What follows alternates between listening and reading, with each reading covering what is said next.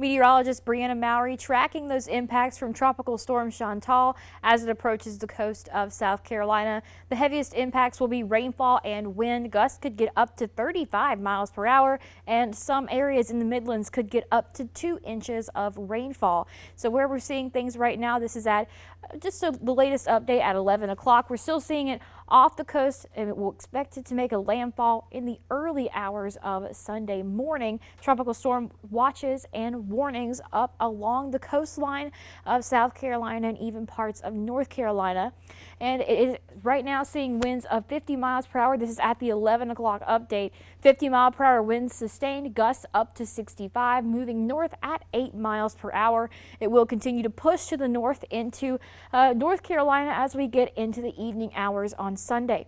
For your forecast, we are going to continue to see heavy rainfall pushing into parts of the area by early tomorrow morning, and it's going to continue to move to the north through the day tomorrow, and that's going to lead to a little bit of some rain to start your Sunday.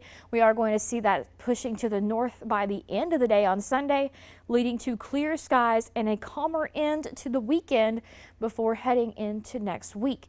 Looking ahead at what we're going to be seeing closer here in South Carolina, heavy rainfall moving in through the overnight and early hours of Sunday morning. And some of that heavier rainfall could make its way into areas of Sumter County, Lee County, Kershaw County, so something to watch out for in those areas. And as we head into the earlier or later in the morning on Sunday, we will continue to see that rainfall pushing north, and a few showers could make their way into the rest of the Midlands by the afternoon hours before all of it moves north and we have a drier end to the day on a Sunday. For those wind gusts, we will see the highest wind gusts along the coastline around the Myrtle Beach area, but it will begin to move inland as it makes landfall into the early hours of Sunday morning.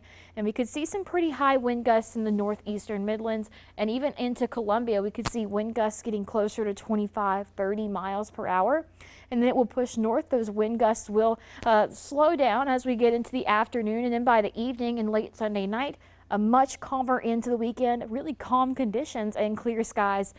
But we are watching out for where this rainfall sets up. We could see a stretch of some heavier rainfall somewhere along parts of the northeastern part of the state, and that could impact parts of the northeastern Midlands as well. We're going to be watching out where that threat of the highest rainfall could be depending on where Chantal makes landfall. But looking at that rainfall outlook of where we could see flooding, we have a level 2 out of 4 risk of flooding, and that includes parts of our Midlands counties, Kershaw, Lee, Sumter, and northern Clarendon County, all a part of that yellow, and all the way into Columbia for really the middle and into the east of the Midlands. That's going to be that level 1 threat for some flooding. And this could be ponding of water on roadways, areas with poor drainage, and we could be seeing minor flooding, localized minor flooding in some areas. If you're going to be out on the beach tomorrow, high rip current threat, especially in the Myrtle Beach area. So if you are maybe out on vacation or going to be out there through the end of the weekend, definitely going to watch out for rip currents. Don't get too far in the water because it could be potentially life-threatening. So for the impacts, if you are going to be in the Midlands, you'll see those wind gusts getting upwards of 35 miles per hour, and some areas of the Midlands could see up to 2 inches of rain. The low country in Grand Strand could have some different impacts, some little higher impacts. Wind gusts could get upwards of 45 or more miles per hour. And those rainfall totals could be a little higher, between 2 and 3 inches. So we could see a little bit of a higher flooding threat there. So go ahead and continue to stay watching those updates on WLTX Plus. Go ahead and have your notifications set so that you can get the latest information as Tropical Storm Chantal makes landfall along the South Carolina coast. I'm meteorologist Brianna Mowry.